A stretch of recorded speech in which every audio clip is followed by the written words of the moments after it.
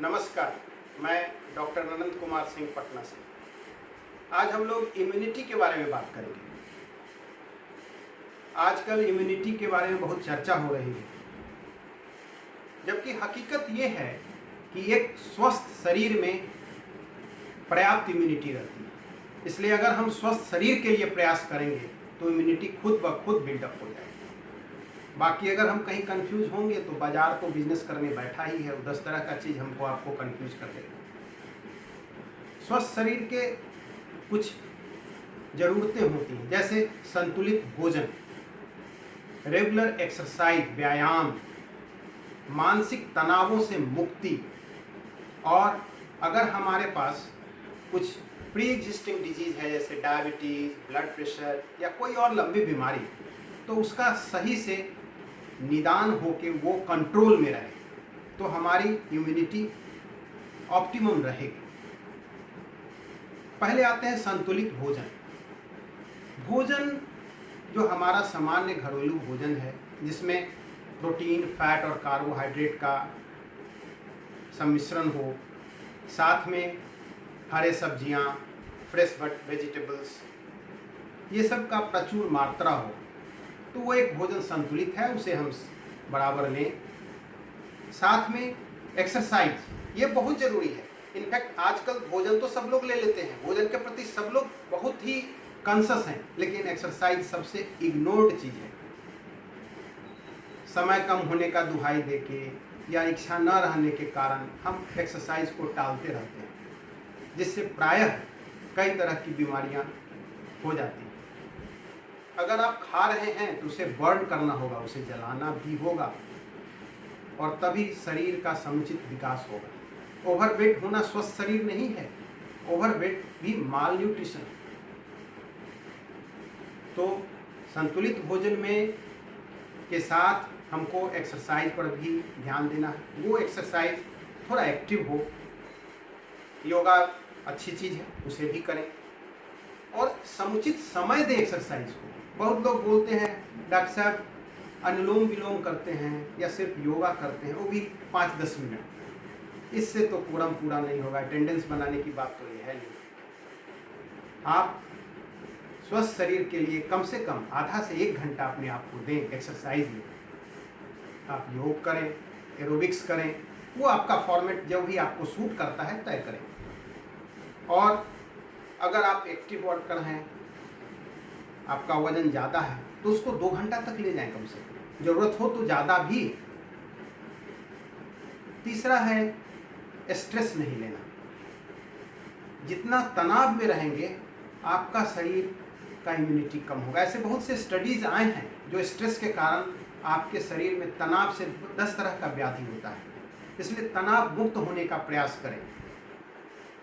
थोड़ा सा नेगेटिव सोच भी ज़रूरत है कि हम क्या लेके आए थे, हम क्या लेके जाएंगे। आज लॉकडाउन की स्थिति में सब लोग ये सब सोच रहे हैं, बहुत सी रिक्वायरमेंट लोगों का घट गया है, तो लोग अच्छा फील कर रहे हैं। तो स्ट्रेस भी कम करना भी इम्यूनिटी बढ़ाने का एक साधन है। और दूसरा कि आजकल बहुत सा ये विटामिन खाइए, वो कीजिए, वो कीजिए, इस तरह की बहुत सी बातें बाजार में या सोशल मीडिया पर कही जाती हैं। तो अगर आप समुचित बैलेंस्ड भोजन ले रहे हैं तो ये विटामिन ऐसे ही मिलते हैं। हाँ, कुछ चीज़ पर विशेष ध्यान देना है, जैसे विटामिन सी या कुछ विटामिन, थायमिन या फॉलिक एसिड, ये सब थर्मोलेवाइल है, और हम लोग कुक्ड फूड ज़्यादा खाते हैं जिसमें उसकी कमी हो जाती है, इसलिए उसके लिए स्पेशल ध्यान देना है। दूसरा, हम लोग अब धूप में कम निकलते भी हैं तो बंद कपड़े चढ़े रहते हैं चारों तरफ, तो शरीर विटामिन डी नहीं बना पाता, तो उसकी पूर्ति करनी पड़ेगी। ये सब कुछ चीज़ें हैं जो आपको ऐड ऑन करना पड़ेगा, लेकिन उसके लिए इम्यूनिटी बढ़ाने के लिए 10 दवाओं और आदि चीज़ों पर जाने से बेहतर है कि आप संतुलित भोजन लें, रेगुलर एक्सरसाइज करें, विटामिन सी के लिए प्रचुर खट्टे फल, आंवला, संतरा, टमाटर इत्यादि, और भी बहुत से फल, हरे सब्जियां प्रचुर मात्रा में लें। अपने आप को नंगे बदन सन एक्सपोजर कर सकते हैं, या विटामिन डी का आप समुचित मात्रा ले सकते हैं बाहर से, या गोलियों में भी उपलब्ध है, ले। ये आपके स्वास्थ्य के लिए अच्छा है और इससे इम्यूनिटी भी सही रहेगा। एक स्वस्थ आत्मा का वास स्वस्थ शरीर में होता है। पिल पॉपर नहीं बनना है, हर चीज़ के लिए दवाई खोजने नहीं जाना है। और भोजन में जो हमारे पूर्वज खाते आए हैं वो भोजन हमारे लिए सही है। चाइनीज का भोजन चाइनीज के लिए सही है, हमारे लिए नहीं। अंग्रेजों का भोजन अंग्रेजों के लिए सही है, हमारे लिए नहीं। हमारा भोजन अंग्रेज खाएंगे तो दिक्कत है। तो जो हमारा ट्रेडिशनल फूड है, जो फ्रेश वेजिटेबल्स है, फ्रेश फूड है, इसका जहाँ तक सेवन करें और प्रिजर्वेटिव वाले फूड से बचें। प्रिजर्वेटिव ये सब वाला चीज नहीं है। अंत में मैं अपनी बातों का एक समरी रखना चाहूँगा।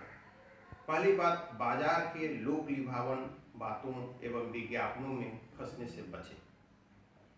इम्यूनिटी बढ़ाने के लिए संतुलित भोजन एवं रेगुलर एक्सरसाइज, व्यायाम, योग, ये सबसे इम्पॉर्टेंट है।